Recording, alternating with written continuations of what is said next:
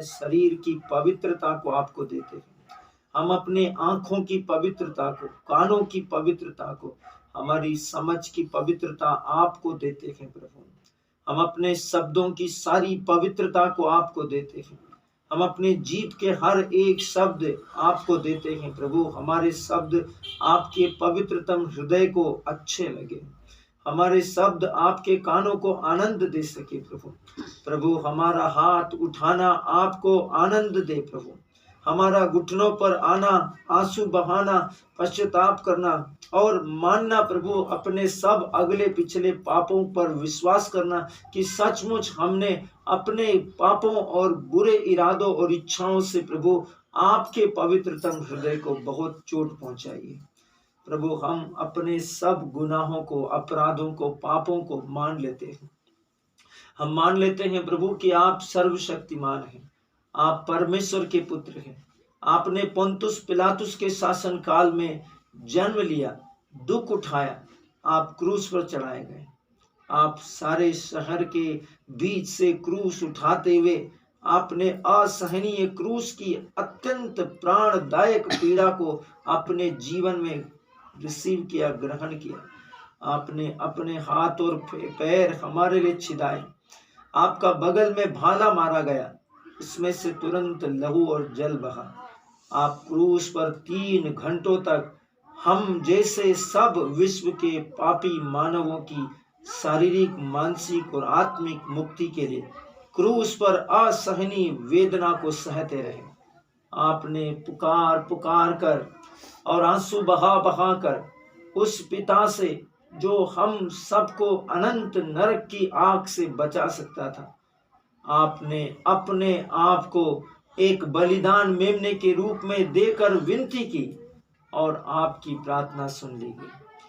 आप क्रूस पर से उतारे गए, गाड़े गए, आप अधोलोक में उतरे और फिर आप शैतानों का तमाशा बनाकर दुष्ट और नरक आत्माओं को हमेशा हमेशा के लिए उनको बेइज्जत करके प्रभु, उनका तमाशा बनाकर, उन्हें पूर्ण रूप से हराकर, मृत्यु के बंधन से मुक्त होकर, बहुत सी आत्माएं जो मृत्यु के कारण अधोलोक में दंड और यंत्रणा के स्थान में थी, उन सबको उस मृत्यु और भयानक दंड और श्राप से छुड़ाकर अनंत जीवन के लिए रैप्चर में अपने साथ स्वर्ग में उठा लिया। आप महान हैं प्रभु। हम आपके पवित्र बलिदान में विश्वास करते हैं।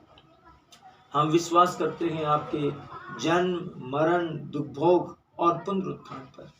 आप हमारे प्रभु और एकमात्र मुक्तिदाता ईश्वर हैं। आप हमारे उद्धार करता है। आप सृष्टि के उद्धार करता है। आप सारी सृष्टि के प्रभु हैं। आप महान हैं प्रभु। हम हृदय से पश्चाताप करते हैं। हम में आपने बहुत कुछ देखा। आपने, लोग कहते हैं, एक भजन है कि यीशु ने कलवारी दुख क्यों सह लिया, मुझ पापी में क्या देखा था। प्रभु यीशु मसीह ने अपना स्वरूप देखा था। बाइबल कहती है कि परमेश्वर ने मनुष्य को अपने स्वरूप, अपनी समानता, अपने प्रतिरूपता में बनाया और उसमें अपना आत्मा उंडेला है। परमेश्वर नहीं चाहता कि परमेश्वर का निज आत्मा जो हमें दिया गया है, वह आत्मा नरक में, अंधकार के स्थानों में उस आत्मा दुख पाए।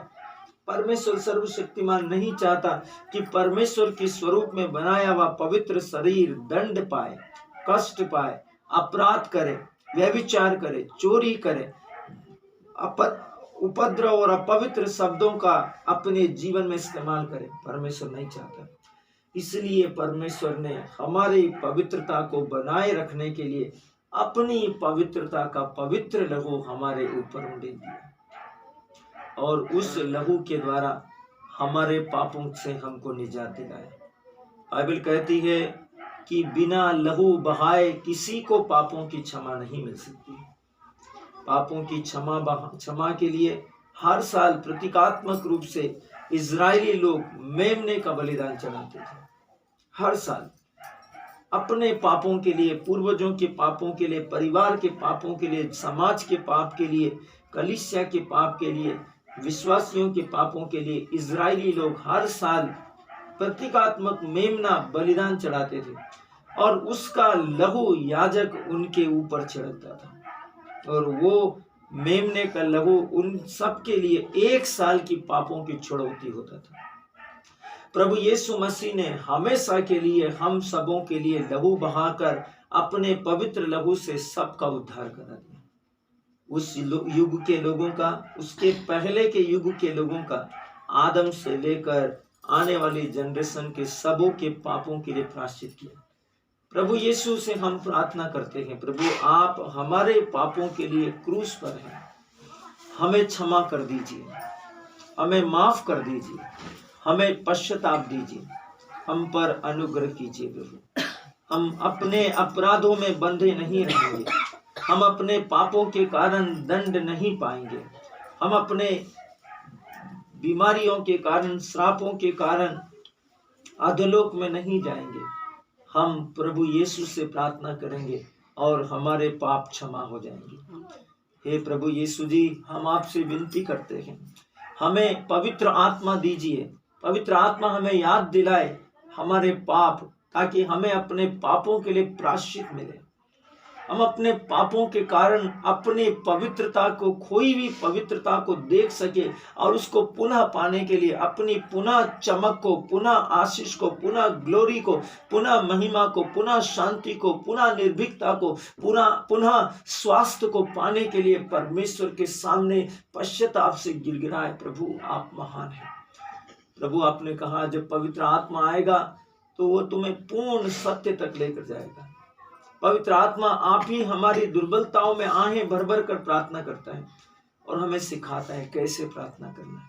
पवित्र आत्मा हमारे जीवनों की पवित्रता के लिए हमें पश्चाताप प्रदान कर। हम अपने देश के अधिकारियों के लिए पश्चाताप करते हैं, हमारे देश के अधिकारी, हमारे देश के डॉक्टर, हमारे देश के जज, हमारे देश के सारे ऑफिसर्स जी, हमारे देश के स्कूल के टीचर, हमारे देश के प्रिंसिपल, मैनेजर, हमारे देश के कॉलेज के स्टूडेंट, कॉलेज के प्राचार्य और कॉलेज के लेक्चरर, हमारे देश के सारे तहसीलदार, सारे कलेक्टर, सारे आईपीएस, सारे पुलिस सुपरिटेंडेंट, सारे टीआई, सारे सब इंस्पेक्टर, सारे इंस्पेक्टर, सारे पुलिस कर्मचारी, सारे होमगार्ड, सब कुछ प्रभु के हाथ में सौंपे, परमेश्वर के हाथों में सौंपे। उनके लिए प्रार्थना करें।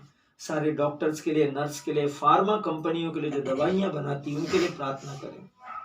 प्रभु हम इनके लिए प्रार्थना करते, इन्हें पश्चाताप प्रदान कर, इन्हें सच्चा पश्चाताप प्रदान कर, ये पवित्र जीवन से काम करें, ये अच्छी इच्छा शक्ति के साथ करें, अपना काम करें, अच्छे उद्देश्यों से काम करें, योजनाओं के साथ काम करें, परमेश्वर की इच्छा पूर्ति के लिए, मानव के जीवन की सुरक्षा के लिए, उनकी सहायता के लिए, उनके अधिकारों के लिए वे काम कर सके। प्रभु वे भ्रष्टाचार नहीं होंगे, वे लालची नहीं होंगे, वे स्वार्थी नहीं होंगे, वे ऐसे नहीं होंगे, ऐसे डॉक्टर नहीं होंगे जो लोगों को धोखे से उनको बेहोश करे और उनके शरीर के अंगों को निकाल कर उनकी तस्करी करें।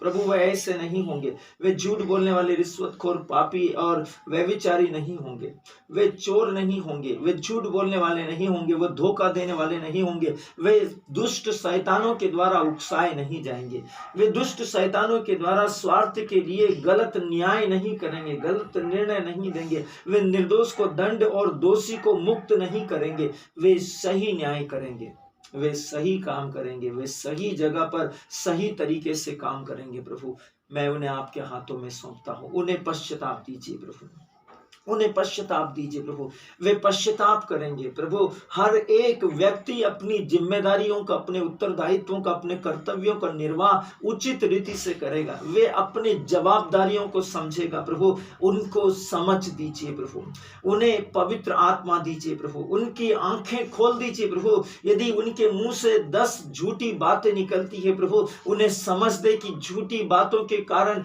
वे अपने परिवार के, अपने बच्चों के, जिनके सामने वे बातें करते हैं, वे झूठ का निर्माण कर रहे हैं, झूठ को जन्म दे रहे हैं। वही झूठ उनकी संतानों, उनके जीवनों के लिए आने वाले समय में पाप का और श्राप का और मुसीबतों का और संकटों का कारण बन जाएगा। प्रभु वे कभी भी झूठ नहीं बोलेंगे, वे कभी भी निंदा नहीं करेंगे, वे कभी भी चुगली नहीं करेंगे, वे कभी भी ठट्ठाहट नहीं करेंगे। उन्हें पश्चाताप दीजिए प्रभु, उन्हें माफ कर दीजिए प्रभु। आपने ऐसे समाज का निर्माण नहीं किया जो समाज अपने पड़ोसियों अधिकारियों की चुगलियां खाए, जो समाज अपने अधिकारियों की चुगलियां खाए, ऐसे समाज का निर्माण आपने नहीं किया, ऐसे मनुष्य को आपने नहीं बनाया प्रभु कि मनुष्य आपस में एक दूसरे से ईर्ष्या करे, झगड़ा करे और स्वार्थ के पर्पस काम करे, झूठ के पर्पस काम करे, व्यभिचार के लिए काम करे, घमंड में काम करे, अहंकार में काम करे, विद्वेष में काम करे, नफरत के साथ जिंदगी जिए और कई सालों तक नफरत के आत्मा के साथ रहे। नफरत का आत्मा उसके शरीर के अंदर बहुत सी नफरत के कारण बीमारियों की आत्मा को उसमें पैदा कर देगा। प्रभु हम आपके सामने उनको लेकर आते हैं, प्रार्थना करते हैं प्रभु उनके लिए।